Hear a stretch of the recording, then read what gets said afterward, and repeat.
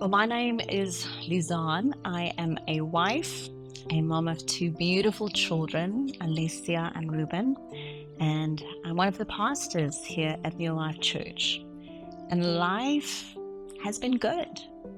And then in 2023, we as a family stepped into a new season. In May of 2023, we received the devastating diagnosis of our son, Ruben, as he got diagnosed with level 3 autism.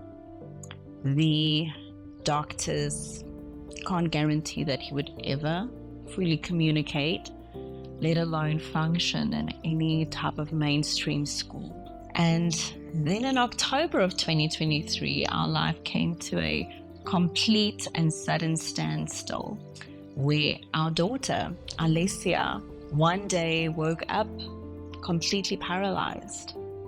We rushed her to the emergency ward, and after they took x-rays, they found a large tumor in her chest, so large it's extending towards her spine, and that's what caused the paralysis.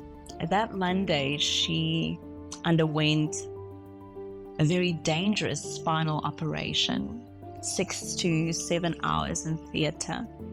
After that followed 2 horrendous weeks in Nero's ICU, and she got very traumatized in her time in the ICU.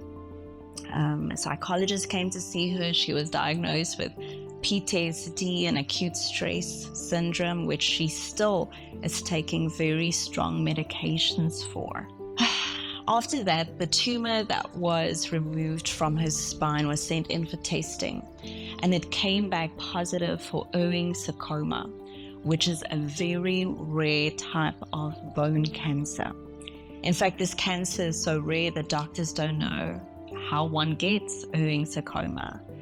And the chemo journey was every bit as terrible as what we thought it would be. Alessia is on a very extensive type of chemo right now, 6 rounds, after which they would like to take out the tumor that's now still in her chest, and after that 8 more rounds of chemo. And in this journey so far, it's been hard, to say the least. My husband and I thank God for the husband God gave me. Really the one person I can walk through this fire with, but it's been a lot to still show up for one another, to still remain strong for both of our children, and hold on to the little bit of sanity that we still have left. While Alessia is in hospital, as a mom, I'm there with her, and so I can only see my son, who is a special needs child and really needs his mom, only on the weekends or every other weekend. And my heart breaks for Alessia. Overnight, she lost all mobility of her legs, and I think that's the biggest thing that she mourns, is not being able to do normal things, to walk and to run, let alone having to fight cancer.